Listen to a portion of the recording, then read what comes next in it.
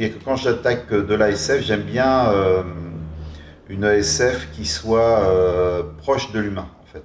Donc du coup, là, j'ai eu l'occasion de le faire et comme Jean-Luc m'a dit, mais tu sais, en même temps, c'est un peu différent, que ce soit différent des autres albums, c'est pas un mal non plus, hein, donc voilà, donc on s'est lancé comme ça. Moi, je suis plutôt un lecteur du fantastique, donc le fantastique est souvent lié à quelque chose finalement assez pas terre à terre, mais en fait qui prend sa source dans la vie presque de tous les jours, et après l'élément fantastique vient au-dessus. L'ASF, par contre, hop, on fait des bons, même si dedans il y a en fait de l'humain, etc. Mais je suis pas forcément un grand lecteur de romans de SF. Je suis plus moi dans le fantastique, dans le thriller, après dans différents, parce que je lis des choses très très différentes, mais voilà, l'ASF c'est pas forcément quelque chose qui est qui m'attire, même si après, quand je suis plongé dedans, j'ai lu du Vance aussi, que j'ai adoré, enfin voilà, j'en ai lu plusieurs, mais de prime abord, c'est pas forcément mon goût premier, en fait. Voilà.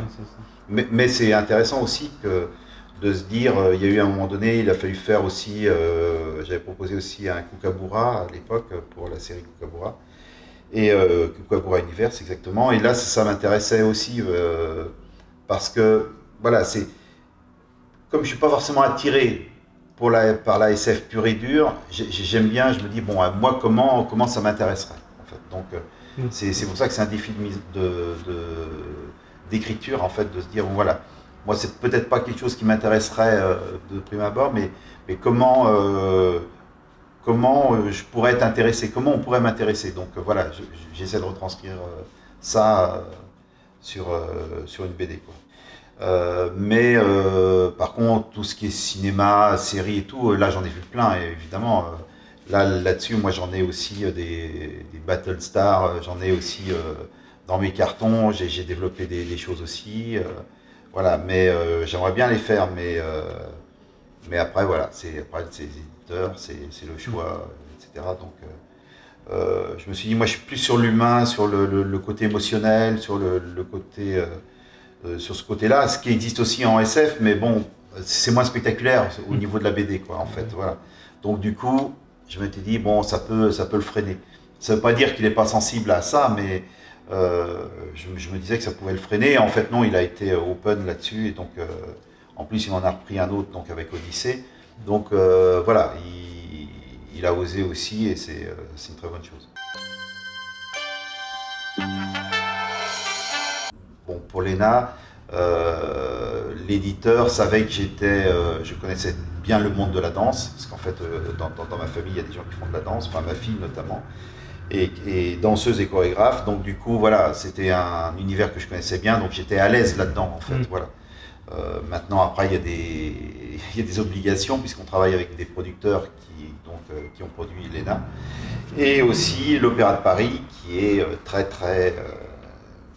pointilleux, quoi. Enfin, un pied doit être comme ça, il faut montrer tel ou tel axe, tel mouvement, ça doit bien représenter ce qui est fait en danse classique, etc. Donc c'est assez pointilleux. Mais ça, ce sont des licences, en fait, voilà, je cherchais le terme. De temps en temps, il y a des licences comme ça qu'on vous propose, et ça, moi j'aime bien le faire, on n'a pas besoin de se prendre la tête sur l'intrigue, mais il faut l'adapter, voilà, c'est ça qui prend du temps aussi souvent. Mais voilà, c'est un exercice que j'aime bien aussi, l'adaptation. Il était une fois aussi. Oui, avec Il était une fois, voilà. Moi j'adorais Il était une fois, donc j'ai dit bah oui, je vais le faire, pas de problème.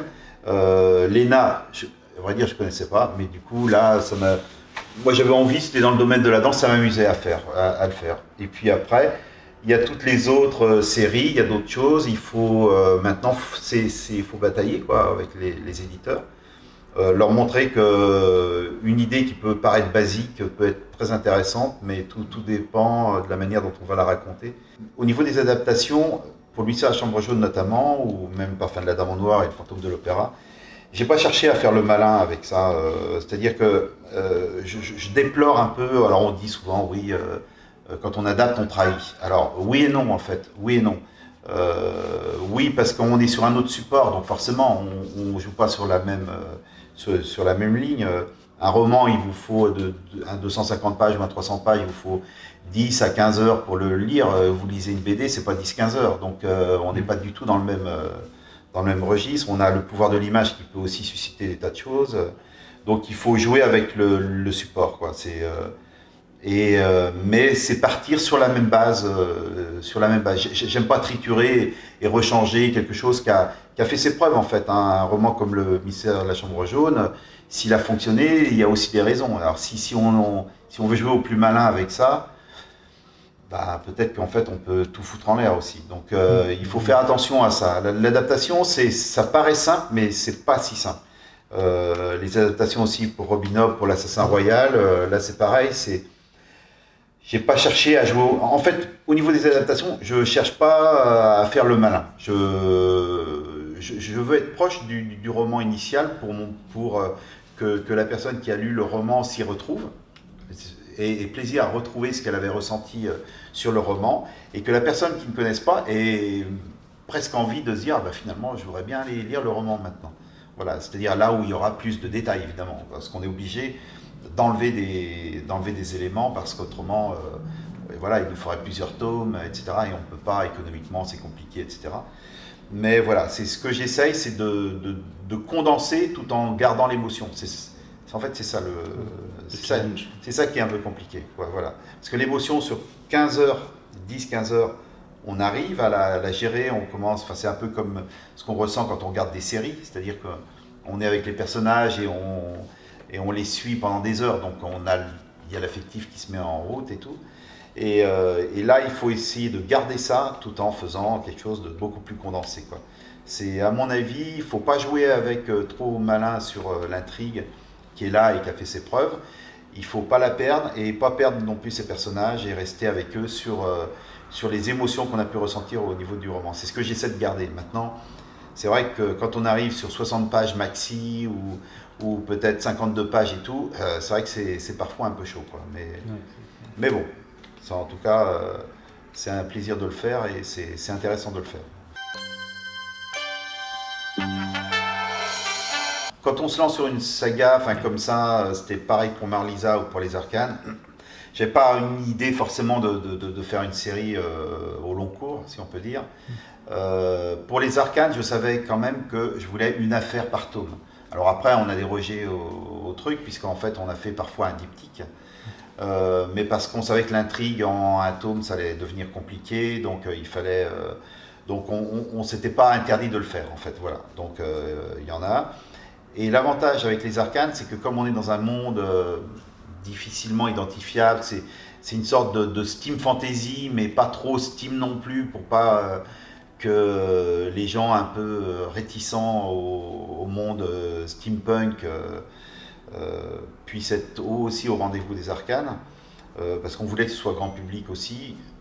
Au moins, on a une possibilité avec les Arcanes de raconter à la fois du thriller, quelque chose de plus sentimental, de plus polar, de plus fantastique, de plus SF. On peut mélanger les genres à volonté, ce qui fait que à chaque fois, à chaque nouvel album, il y a une vraie possibilité de partir sur d'autres directions. Donc c'est vraiment ça qui est intéressant. Et du coup, avec Cyril, ça permet même à Cyril de se frotter presque à des nouveaux genres, en fait. Voilà. Mais bon, évidemment, on reste confiné quand même sur un côté anticipation, steam, fantasy, voilà. Mais malgré tout, on a à l'intérieur de ça des tas de possibilités, quoi. Oui, c'est ça, il y a les codes de la série qui sont établis, mais tu peux c'est ça. aller chercher. Et puis, c'est vrai qu'au bout d'un certain nombre d'albums, on a envie de tordre le cou à certains trucs, on a envie de casser des règles, de relancer d'autres règles. Là, le prochain album, je sais qu'il va y avoir des changements assez radicaux sur certaines choses. On va peut-être parfois des trucs plus noirs, peut-être un peu moins grand public aussi, quoi, un peu plus dur, parce qu'on a tous envie, puis en fait on est aussi dans un monde qui est pas toujours, enfin, on le voit, qui est assez angoissant, assez pour plein de raisons, mais où les choses sont assez radicales aussi parfois, donc ou extrêmes. Donc du coup il faut presque nous aussi, enfin en tout cas moi dans mes intrigues, je prends beaucoup en fait de l'atmosphère ambiante du moment. C'est pour ça qu'à un moment donné, dans les arcanes, on a pu aborder. Alors ça, c'est un peu dommage, c'est qu'il n'y a pas assez de critiques qui font un vrai travail. Mais sur les arcanes, il y a des choses sur le conflit israélo-palestinien qui étaient là, sur des trucs. Alors on va dire, ouais, mais ces arcanes, c'est pour rigoler, c'est pas pour... bah peut-être, mais enfin, il n'empêche que dedans, on a dénoncé à notre manière des choses aussi. On n'a pas besoin de faire une BD journalistique pour dénoncer les choses, quoi. Voilà, on peut aussi le trouver dans la BD de genre, en fait. Hein. Moi, je défends beaucoup ça, en fait. Le fait que le genre, il apporte beaucoup de choses. Il permet finalement, sous des couverts de divertissement, entre guillemets, apporter des vraies réflexions sur le monde dans lequel on vit. Et dans les arcanes, si on regarde bien, il y a des tas de thèmes. Il y a le terrorisme qui est abordé, il y a plein de thèmes qui ont été abordés, les colonies, enfin, il y a plein de choses comme ça. Donc voilà, et il y a la guerre aussi. Enfin voilà, il y a plein de thèmes qui sont malheureusement toujours d'actualité. Oui. Et donc voilà, moi ça me nourrit beaucoup. C'est bien de casser les codes. Et il faut faire attention aussi parce que de temps en temps, à trop les casser, le lecteur il finit par plus s'y retrouver. On sait aussi qu'on a un nombre de tomes qui commence à être important, donc du coup les gens relâchent aussi parce qu'ils ont plein de choses, ils sont sollicités par des tas d'autres séries. Donc voilà, il faut jouer là-dessus et puis ça doit aussi être du plaisir pour nous pour le faire aussi. Donc voilà, on essaie de mélanger tout ça pour pouvoir arriver à faire des choses. Et puis on est quand même dans le divertissement, dans le côté culture populaire et tout. Donc je trouve ça intéressant. Et puis il ne faut pas se prendre au sérieux. Enfin voilà, on ne va pas révolutionner le monde en faisant les arcanes du midi minuit ou Marlisa. Non, mais on s'amuse à le faire. Et puis si moi je peux apporter avec le dessinateur, parce qu'évidemment je ne suis pas tout seul, le dessinateur et le coloriste, si on peut apporter des émotions et des bons moments aux gens, moi j'en demande. Voilà, ce que je veux, c'est ça, c'est que la personne qui lit un de mes albums puisse se dire « Ah ouais, tiens, j'ai passé un bon moment. » Voilà, ça c'est top. Le cinéma, de toute façon, moi j'en fais depuis tout petit, je dirais. Donc j'ai fait j'ai fait une dizaine de courts-métrages professionnels. Et puis j'en ai fait en Super 8, comme tu disais. Mais voilà, on apprend énormément et je suis un fan de cinéma, ça c'est sûr, le cinéma fantastique j'adore, j'ai toujours été fan du cinéma fantastique, mais ça m'empêche pas de voir des tas d'autres films, hein, en fait, j'ai pas que le fantastique à regarder, et pas que du genre aussi, hein. Enfin je veux dire, je regarde tous les styles de différents pays aussi, etc. En fait ça a commencé comme ça aussi, puisque j'avais présenté un film, un court-métrage que j'avais terminé, et je l'avais présenté, et j'avais invité Chris à la projection. Et à la fin, il me dit « Mais Jean-Charles, tu fais des cours comme ça, mais ça ne t'intéresserait pas d'écrire pour la BD ?» Et puis j'ai dit « Bah si, moi j'adore la BD. » Et il me dit « Écoute, il y a peut-être quelqu'un, j'ai un dossier en ce moment, je voudrais si ça t'intéresse, je vous mets en contact et puis vous lancez. » Et en fait, c'est comme ça qu'est née Marlisa, en fait. Donc vraiment à partir du cinéma, quoi. C'est véritablement ça. Et le problème du cinéma, c'est quand on fait du court-métrage, on ne gagne pas d'argent.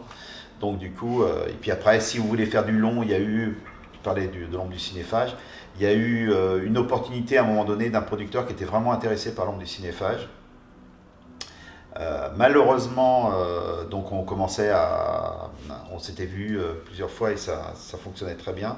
Et puis c'est une boîte qui était un peu jeune et qui s'est fourvoyée avec un film, mais ils ont coulé la boîte, donc du coup, hop, ça s'est pas fait.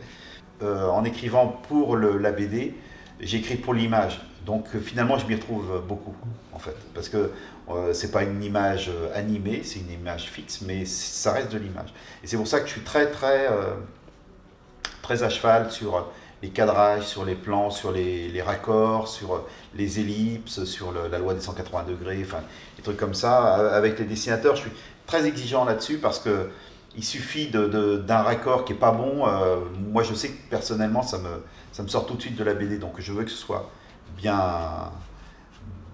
bien carré, qu'il n'y ait pas de souci là-dessus, que ça coule de source, qu'on ne soit pas heurté par des choses. Donc ça, c'est une base du cinéma. Ouais. Mais l'image, pour moi, c'est important. Et c'est pour ça que pour la bande dessinée, trop de texte, le syndrome Blake et Mortimer, je trouve que c'est une erreur, même si je comprends l'état d'esprit des gens qui aiment beaucoup avoir du texte comme ça, copieux.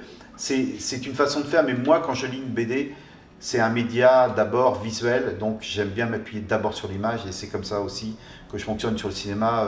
Un quart d'heure sans dialogue au cinéma ne va pas me poser de problème, quoi. Si c'est maîtrisé au niveau de l'image, pour moi c'est bien plus fort, c'est véritablement le média de l'image. Peut-être deux choses. La première, c'était Pif Gadget. J'étais un fan furieux. J'attendais la sortie du nouveau avec impatience. Pas forcément qu'avec le gadget, mais j'aimais bien. C'était cool. Et je n'étais pas trop bricoleur, hein, donc je m'en sortais quand même malgré tout avec le gadget. Mais en fait, non, c'était à l'intérieur, il y avait des BD qui étaient complètement géniales, quoi, enfin, que je trouvais vraiment super. Et c'était vraiment un plaisir d'attendre cette revue, enfin, ce Pif Gadget, quoi. Quand il y avait Rahan, alors là, j'étais le plus heureux des garçons, ça c'est clair. Et puis après, il y avait aussi l'autre revue qui était Spirou, et que j'ai toujours adoré parce que là, c'est pareil, il y avait dans des séries que je trouvais vraiment, vraiment super. Et puis quand j'étais malade, j'avais ou un Tintin ou un Spirou qui m'attendait, donc c'était cool ça. Bon, je cherchais pas à être malade pour autant, mais de temps en temps, ça m'aurait bien fait plaisir d'en avoir encore plus. Et voilà, ça c'était vraiment des moments marquants, les Rahan, même les Rahan qui étaient aussi, enfin avec le titre Rahan tout seul, quoi, en fait, où il y avait le coutelas qui était offert. Je trouvais ça complètement génial, quoi. Donc ouais, très, très fan de ça, très fan aussi des magazines de Tarzan aussi qui sortaient à l'époque. Donc ça, j'étais super fan. Et après, alors Tintin un peu moins en fait. Je connaissais moins le magazine qui était presque plus adulte pour moi en fait. J'étais plus ce Spirou et donc et Pif Gadget. Mais à chaque fois, c'est pareil. Quand je rentrais dedans, par contre, quand j'en trouvais. Ah bah il y a vraiment des trucs qui étaient vraiment extraordinaires. Sans parler des comics. Parce qu'évidemment, à l'époque, il y avait les magazines comme Strange. Voilà, donc là, du coup, c'est pareil, j'en lisais à l'appel aussi. Donc du coup, on découvrait toute la BD américaine, quoi. C'était quand même des périodes assez... c'était quand même génial de pouvoir aller dans une librairie, enfin pas dans une librairie, mais dans un magasin, chez un marchand de journaux, pour trouver ces magazines, quoi. Ça, c'était génial. Il y avait Strange, vous aviez Spirou, bon, il y a toujours, mais il y avait Pif Gadget, enfin il y avait Tintin, enfin on allait chez un marchand de journaux, on avait de quoi se mettre quand même sous les yeux, quoi. Donc, et là maintenant, bah, c'est un peu tristouné, quoi, tout ça. Dommage. Rochefort fait partie des festivals qui justement eux, ont un côté très, très, très amical, très accueillant, voilà, donc où les choses se passent toutes seules, ça se passe bien, et puis voilà, tout le monde est content. Et les auteurs, mais les amis sont contents aussi, donc tout est bien.